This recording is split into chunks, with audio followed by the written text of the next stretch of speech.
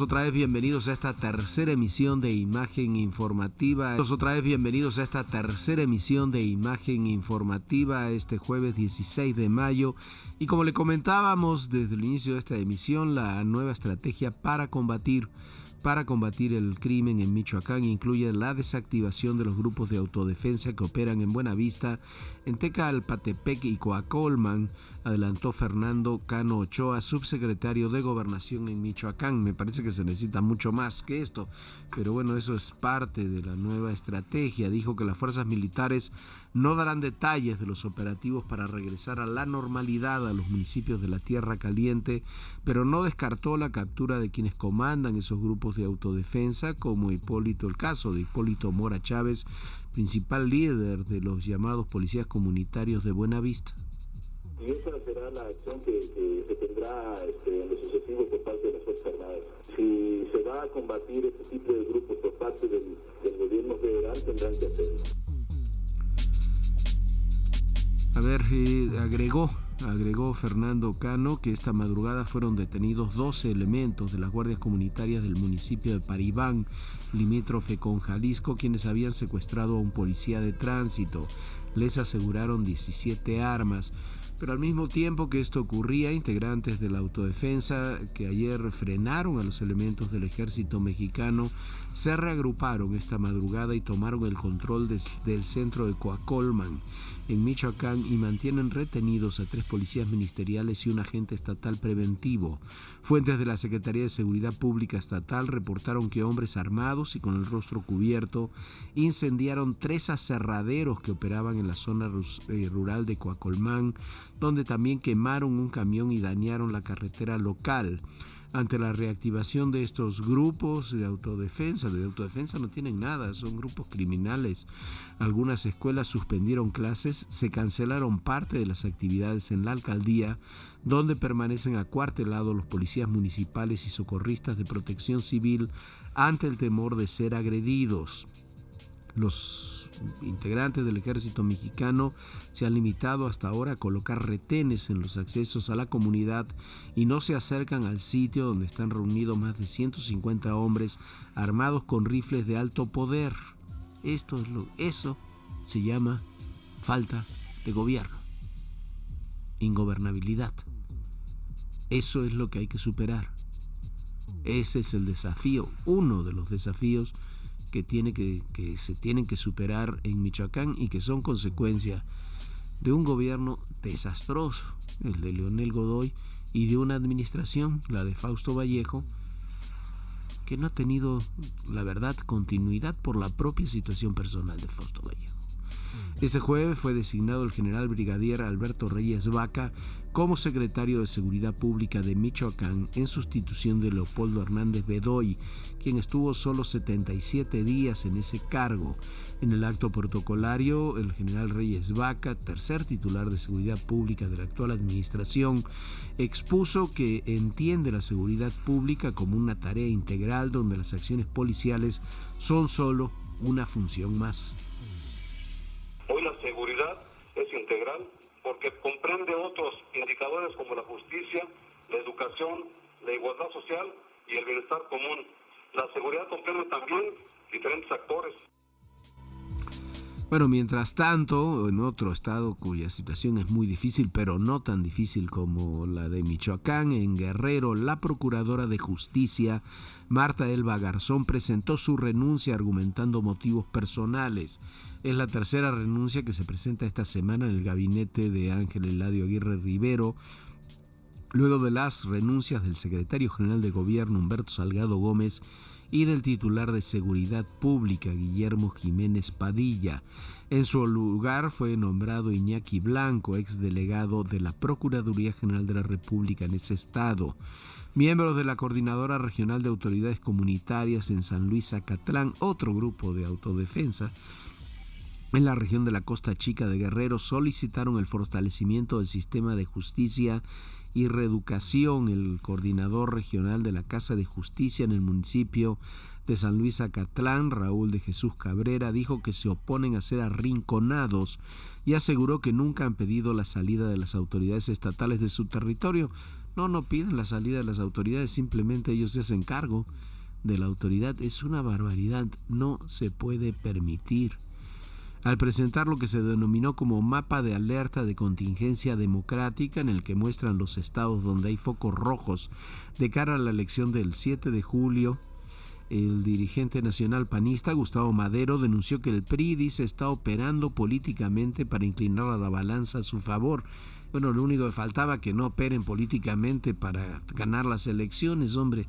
En conferencia de prensa, el dirigente partidista advirtió que si se atropella la democracia no apoyarán ningún pacto. Hay mucho de chantaje en lo que se está haciendo. Van a ser unos meses de difíciles equilibrios, tan difíciles como que al mismo tiempo que se hacían estas declaraciones, el Consejo Rector del Pacto por México se reunía con funcionarios de la Secretaría de Gobernación para instalar la Comisión Plural para la Competencia Electoral que busca el blindaje de cara a los comicios. En ese marco, el mismo líder nacional del PAN, Gustavo Madero, mencionó que la labor del Pacto por México es inédita en el país y exhortó a los ciudadanos a participar en las mesas de diálogo para hacer denuncias cuando los programas sociales se usen de modo indebido.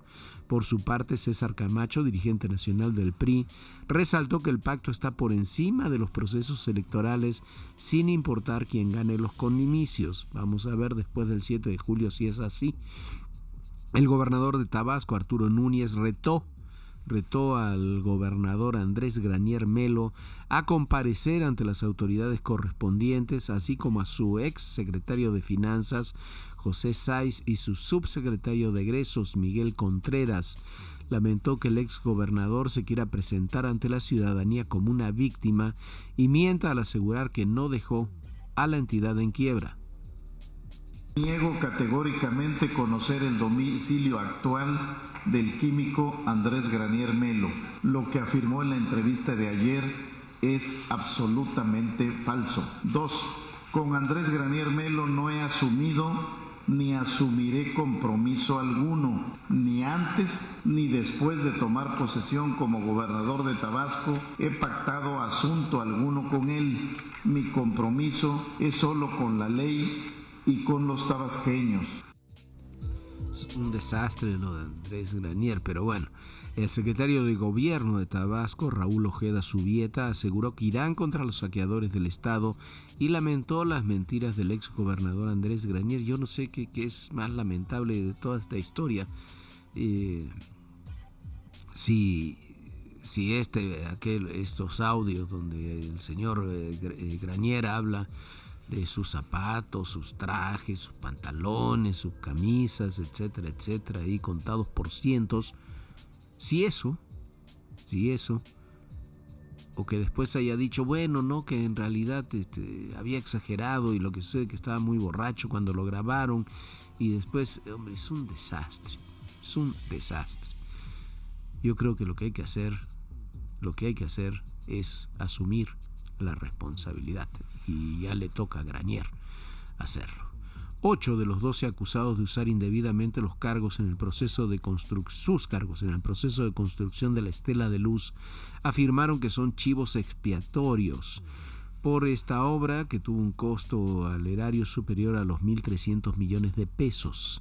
Después de rendir declaratoria ante un juez federal, los acusados negaron haber participado en acto ilícito alguno y afirmaron a través de su abogado, Gabriel Regino, que la Secretaría de la Función Pública y la Procuraduría General de la República les acusó sin fundamento por haber autorizado la excepción de licitación para la construcción del espacio conmemorativo a la empresa Gutsa.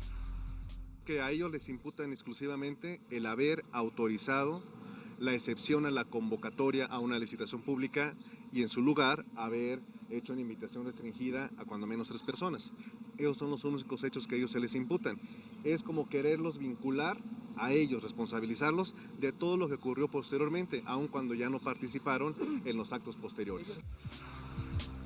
Y ahí me parece que, yo no sé, es la participación que tuvieron estos exfuncionarios en estos temas. Lo que sí creo que el tema de las empresas, de la empresa, en este caso de Goods, es fundamental para saber qué es lo que realmente ocurrió para este terrible sobregiro que hubo en la Estela de Luz. Ante las quejas de presidentes municipales del país de que es un viacrucis tener acceso a los recursos federales, el presidente Peña Nieto adelantó que en la reforma hacendaria se contempla el fortalecimiento de las finanzas municipales. Sin embargo, el presidente pidió que las alcaldías, este es un punto fundamental, asuman su responsabilidad, pues la recaudación municipal del país es la más baja del mundo, con tan solo el 0.3% del Producto Interno Bruto. Escuchó usted también bien, todas las alcaldías del país apenas recaudan el 0.3% del Producto Interno Bruto. La reforma hacendaria que en su momento estaremos presentando, que está acordada en el Pacto por México, que ya inscribe el propio Pacto por México varios de los alcances que se espera tenga esta reforma hacendaria. Y uno de ellos es el fortalecimiento a las finanzas públicas municipales. Pero también se espera que los gobiernos municipales asuman responsabilidad. Reunido con organizaciones de municipios del país en León, en Guanajuato, el presidente anunció 5 líneas de acción en el ámbito municipal que contendrá el Plan Nacional de Desarrollo. Ahí estuvo, por cierto, invitado en primera fila el expresidente Vicente Fox. Por su parte, Leticia Quesada, presidenta de la Asociación de Autoridades Locales de México, AC, y delegada en Magdalena Contreras, en la Ciudad de México, acusó que en el país hay un fenómeno de coyotaje que obstaculiza la entrega de recursos a los municipios. Y hay que ver lo que hacen los municipios o las delegaciones en el Distrito Federal, porque algunos son una catástrofe con los recursos que reciben. Esto dijo Leticia Quesada. Tenemos que terminar con el coyotaje para bajar recursos federales que ha permanecido el acceso a este recurso.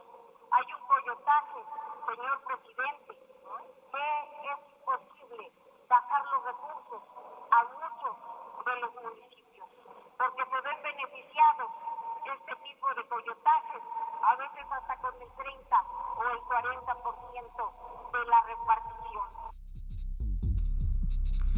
A ver qué es, cómo queda. Yo creo que hay mucho por ver en los municipios y yo creo que si bien nuestro Estado federal está sustentado, la Constitución mexicana está sustentada en muy buena medida en el municipio, y al mismo tiempo que los municipios deben estar deben tener otro tipo de vida en muchos ámbitos, también hay que cambiarlo. Los municipios no están pudiendo garantizar la seguridad. Los municipios, los periodos de 3 años sin reelección de los presidentes municipales, evidentemente no alcanzan, no sirven para que cumplan con su función. Los municipios tienen mucha corrupción, y si bien es verdad, es un círculo vicioso que tardan en muchas ocasiones en llegar los recursos a los municipios, tardan precisamente en llegar porque se roban mucho dinero, para decirlo gráficamente. Pero además de que se roban mucho dinero, no rinden cuentas, y además de que no rinden cuentas, tampoco recaudan. Y no recaudan porque la gente, ni los presidentes municipales quieren cobrar, ni la gente les quiere pagar. En parte porque un presidente municipal dura 3 años y no quiere asumir ninguno de los costos políticos que implicaría establecer realmente impuestos que se pagaran. Pero bueno, el tema es grave, es delicado y no tiene en estos momentos una solución. Está atorado el acuerdo para establecer las mesas de diálogo entre las autoridades de la Universidad Nacional Autónoma de México y estos grupos del CCH, luego de la reunión privada de esta mañana entre representantes de estos jóvenes y autoridades universitarias. Se planteó un receso para que la representación estudiantil analizara la propuesta entregada por las autoridades, en la que proponen 13 mesas de diálogos durante mayo y junio y una última en agosto al reanudarse las clases. Sin embargo, los inconformes pretenden que se abra el debate hasta agosto. Y mire, yo soy partidario, siempre he sido partidario del diálogo, pero estos grupos, no nos engañemos, lo que menos quieren es diálogo. No les interesa el diálogo. Por eso no les interesa que se realice ahora y quieren que se realice hasta agosto y septiembre, otra vez que haya clases, y lo quieren tomar como otro instrumento. Y va de la mano ese instrumento con los temas políticos, económicos, sociales, que se tendrán que discutir a partir de septiembre. La reforma política, la reforma fiscal, la reforma energética, la reglamentación que tendrá que estar saliendo para esas fechas, si no es que antes de la reforma educativa. En las imágenes les interesa esa agenda, hombre, ni están enterados de la gente, de lo que sucede en el CCH. En las imágenes internacionales, por lo menos, y digo que no están enterados por una sencilla razón. En sus demandas, cuando tomaron la rectoría, 14 personas, hay que destacar el número, 14 personas, no aparecía en absoluto el tema del programa de estudios del CCH. Eran otras cosas, eran otros temas. La liberación la readmisión de un grupo ahí de personajes que habían sido expulsados, otro tipo de temas, mucho más políticos, pero la agenda no estaba presente en absoluto. En las imágenes internacionales, la Cámara Baja de California, escuche usted, la Cámara Baja de California aprobó una iniciativa que busca limitar las deportaciones con el fin de que éstas se realicen solo para indocumentados que sean delincuentes peligrosos y tengan serios antecedentes criminales. La iniciativa, denominada AB4, pasará al Senado estatal, donde tendría una fácil aprobación. El gobernador de California, Jerry Brown, informó que prepara un paquete de ayuda para integrar a la sociedad y a la economía a 3 millones de indocumentados. Y el gobernador de Maryland, Martin O'Malley, firmó una ley que ilegaliza la tenencia de rifles de asalto y los cargadores de alta capacidad, la regulación más estricta aprobada en el estado hasta el momento, en respuesta al tiroteo en una escuela de Newton en diciembre pasado. La nueva ley prohíbe la venta de rifles de asalto, limita la tenencia de armas para personas con enfermedades mentales, prohíbe la venta de cargadores de alta capacidad y establece un sistema de licencia de armas. La ley deberá entrar en vigor el 1 de octubre, aunque sus opositores confían en recaudar suficientes firmas para detener su entrada. Yo me pregunto, bueno, ¿qué cabeza hay que tener, digo, ¿no? Para decir, bueno, se puede legalizar venta de rifles de asalto. ¿Quién necesita un rifle de asalto en su casa? Cargadores de alta capacidad, que son los de uso exclusivamente militar. ¿Quién necesita cargadores de alta capacidad en su casa? ¿Cómo se le pueden vender armas indiscriminadamente a personas con enfermedades mentales? ¿Cómo se pueden vender armas sin que haya un sistema de licencias para saber que estas están precisamente en manos de quién están esas armas? Pero bueno, Estados Unidos y el tema de las armas es un tema para el psicólogo. Bill Gates se convirtió en la persona más rica del mundo, de acuerdo con la revista Bloomberg, desbancando al mexicano Carlos Slim. Ahí se van Bill Gates, Slim y algunos otros. Según la revista, la fortuna de Gates alcanza los 72.700 millones de dólares. Le gana por 550 millones de dólares apenas a Carlos Slim. La riqueza del cofundador de Microsoft creció 10.000 millones de dólares este año, mientras que la de Grupo Carso habría descendido en 2.000 millones de dólares. Hombre, cuando hay 72.700, 72.000 millones de dólares, ¿quién le importa 500 millones más, 500 millones menos? Y además, ¿cómo se miden? Lo cierto es que esos son los hombres más ricos del mundo.